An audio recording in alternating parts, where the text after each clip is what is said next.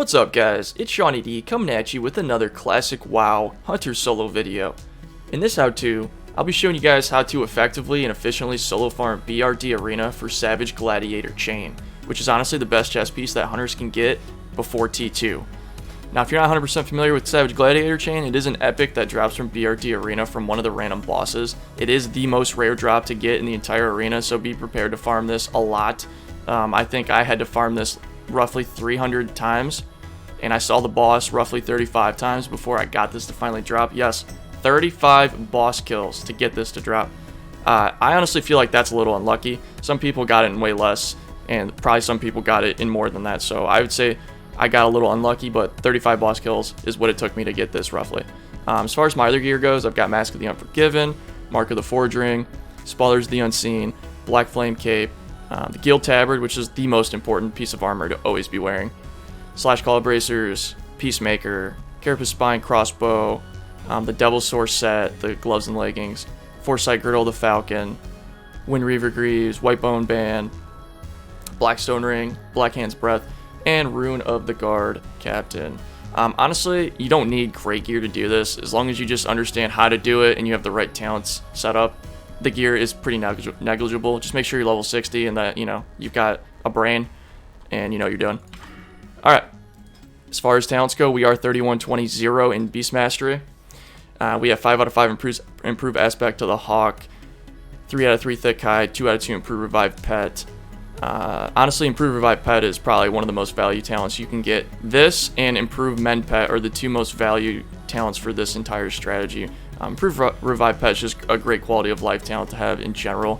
The reason improve mend pet is so good is because there's a lot of different debuffs that these ads will put on you, or put on your pet rather, during this entire farming that you're doing. A lot of it is poison effects, some of them are magic effects and curse effects. This, honestly, just every time you heal your pet, just dispelling everything is amazing. For example, when you face the spiders, the spider ads, they have a debuff they put on your pet that increases the amount of physical damage that your pet takes by 30%, and just being able to cleanse that every time it gets put on your pet is honestly a lifesaver. 5 out of 5 ferocity. Intimidation, obviously that one's amazing and you need it for Bestial Wrath. I take 2 out of 2 Bestial Discipline just so my pet gets more damage in on both the boss and the ads. You don't have to take this. You could take like Spirit Bond or even Endurance Training if you really wanted to like make your pet a little tankier and make the healing a little easier. But I would say overall Bestial Discipline is just better. And then Frenzy and Bestial Wrath, those are obvious choices. And then in the marksmanship tree, you're going to want to take 5 out of 5 in efficiency just for, reduced mana cost. That's amazing. Lethal shots, Hawkeye, and aim shot. And then when you have 1 point left over here, I go ahead and just put in Improved Hunter's Mark. I feel it just gets the most value out of, these other two that you could put them in. I guess Improved Arcane Shot is like decent, but I think this is better. And of course, Mortal Shots. That's pretty self-explanatory as well. Let's go ahead and take a look at the pet talents. I have Bite Rank 8 and Claw Rank 8. That's just for obviously highest DPS. I have Dash Rank 1 and Growl Rank 7. This is probably the most important skill to teach your pet is Nature Resistance 4. Make sure you get Nature Resistance 4. This is just because most of the ads will do some type of nature damage effect. Whether it's the Thunder Lizards, they have a ranged like nature damage, lightning bolt they shoot out. The spiders do nature damage, the scorpions do nature damage. I mean, there's just a lot of nature damage that happens in this, so this gets so much value. You can even pair this with Aspect of the Wild, which gives you and your pet 60 additional nature resist. I mean, that's going a little overboard. That's not 100% necessary, but it definitely helps if you find like your pet's taking a lot of damage from a certain ad type. This is really good. Really good against the Dread Strikers, honestly. Other than that, I have Armor Rank 8, Great Stamina Rank 4, and Shadow Resist Rank 2. As far as consumes go, you're going to want to make sure that obviously you have plenty of water and pet food. You're going to be like chain running this, so just be prepared with, all the water and pet food you need. I personally just buy mage water at the beginning of every day when I log on at Kargath, and it just makes things way easier. For like 1 gold, you could get 5-6 stacks of water, depending on how generous the mage is, and you'll have that for the rest of the day, basically. I would say go ahead and make sure that you grab a few mana pods, like maybe 10-15 mana pods. You will find that these come in handy most of the time. on a lot of the ad types, you'll find that you're going to be running out of mana, and you have to like feign death drink a lot from full, or from empty to full rather, and it just helps a lot to have mana pots on hand. As well as mana pots, I would also recommend having first aid. This really helps, so you're not dumping all of your mana all the time into healing. Between bandages and mana pots, you should really never go too on the ads in the entire run. Alright, that's about it for the intro, boys. Let's go ahead and jump into the strat on how to do this. Alright boys, here we are at the entrance to BRD. The first thing you're going to want to do is send your pet onto these first 2 mobs to get aggro and sneak past them, hugging this left wall as you work your way towards the arena. Now as long as you're level 60 and you hug the left wall like I am, you shouldn't aggro any of these mobs. Once you get to the arena, go ahead and feign death to drop aggro and everything, and call your pet back out.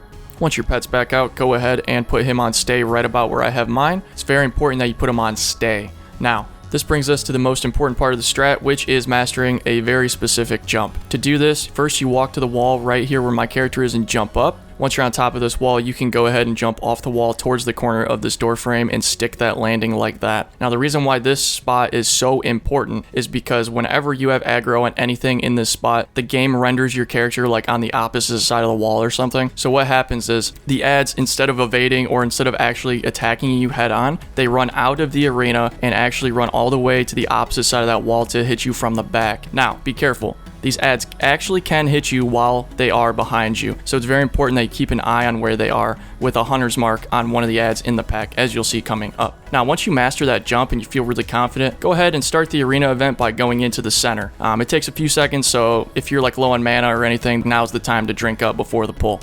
Once you see the ads, go ahead and send your pet in to aggro them. I usually drop a frost trap to just kind of slow them down to get a little more DPS in. Once your pet gets aggro on him, go ahead and recall him back using passive to the stay spot and hit him with the mend pet. This will allow your character to actually grab aggro on everything other than what your pet is attacking, which allows us in turn to pick the ads off one by one. Now as you'll see, I'm gonna hunter's mark this ad here. On the minimap you can see where that ad is, and all the other ads are right next to him, so that kind of like lets you keep an eye on where the ads are. When the ads reach their final destination, like I said, they will in fact hit you from the back, so be careful about that. Do not let them get like right behind you against the wall. Once you get that ad down, you're going to want to go ahead and just feign death. This will drop aggro on everything off of your character and in turn aggro everything back onto your pet. And so you can just keep doing this little juggling game of mend petting to kind of keep aggro onto yourself on all the ads that you want to keep on you except the one on your pet, and you can just kind of whittle them down one at a time like this.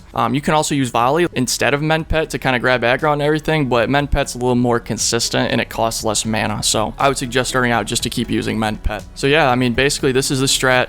This works for any of the ads. You just kind of rinse and repeat. Really not an issue. Once you get the hang of the jump, that's the hardest part. If you can just land the jump consistently, this part is very easy, getting the ads down. Once you get all of the ads down like this, then you are ready for the boss, my friends.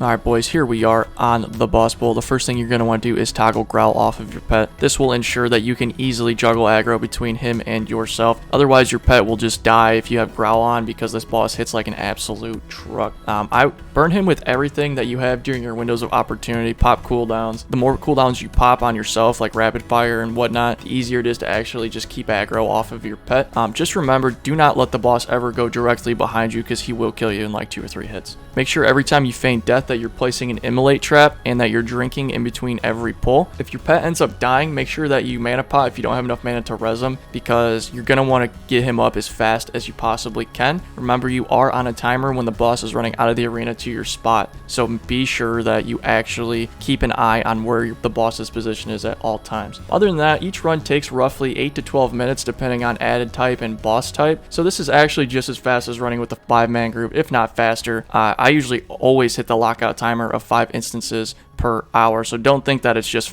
more efficient to run with a group, because it isn't. The boss took me roughly around 300 arena attempts, like I said before, so hopefully you're luckier than I am, but this strat is totally viable. You just have to put in the time unless you have the luck of a god. So I mean basically it's just a rinse and repeat like you see here, just like the ads. Easy peasy. Once you get the hang of the jump, it's easy money. The boss will go down every time, no problem, and hopefully you get lucky enough to get the chest piece like I did. Alrighty, thank you so much guys for watching. Be sure if you enjoyed this video to hit it with the thumbs up. And if you want to see more content like this, to subscribe to my YouTube channel and follow my Twitch channel at twitch.tv/Shawnee_D, where I livestream classic WoW Hunter gameplay every day. For now, I bid you all a farewell and happy hunting, my friends.